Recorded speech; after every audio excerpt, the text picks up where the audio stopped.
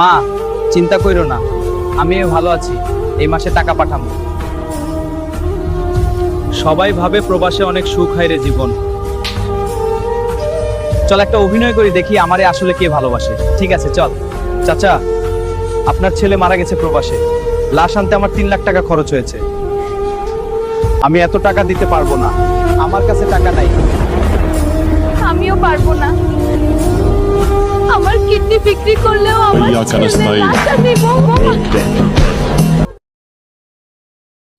দাদা তুমি কেমন আছো? এখন একটু ভালো কনা, চিন্তা করিস না কনা, আমি আছি। ধন্যবাদ ইসমাইল। তোমরা খুব ভালো। দাদুর অবস্থা আজ খুব খারাপ।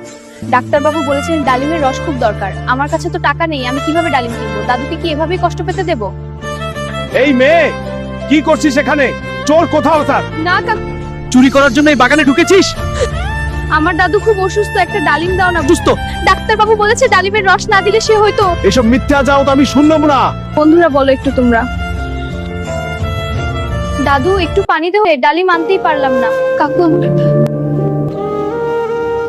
কে? তোকে তাড়িয়ে দিয়েছিলাম, কিন্তু তোর দাদুর তৃষ্ণার্ত মুখটা ভুলতে পারছিলাম না। আমার ভুল হয়েছে, আমাকে ক্ষমা করে দে মা। কাকু আমাদের বাঁচিয়ে দিলেন। দাদু তুমি সুস্থ হয়ে যাবে।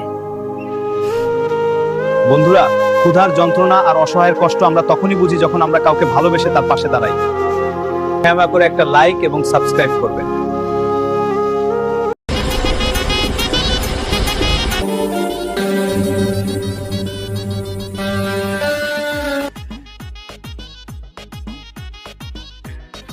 কাছে দাঁড়িয়ে কান্দে।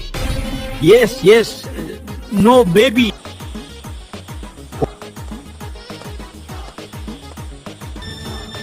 কি হইছে বইরা? কিছু নয়, শান্তি পেয়েছি। ইংলিশ শিখবি না?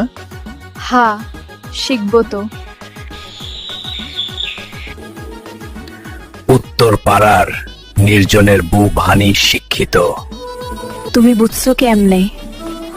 কাল সন্ধ্যায় ওই রাস্তা দিয়ে যাইতাম। ইংলিশ শুনলাম ইয়েস ইয়েস ইয়েস, শুধু ইংলিশ শুনলাম yes yes no no baby বিলিং শিখবো। যা বুইরা, ওই রকম ইংলিশ আমিও পারবো। আজ আমরা বিয়ে দাও, তারপর শিখবো।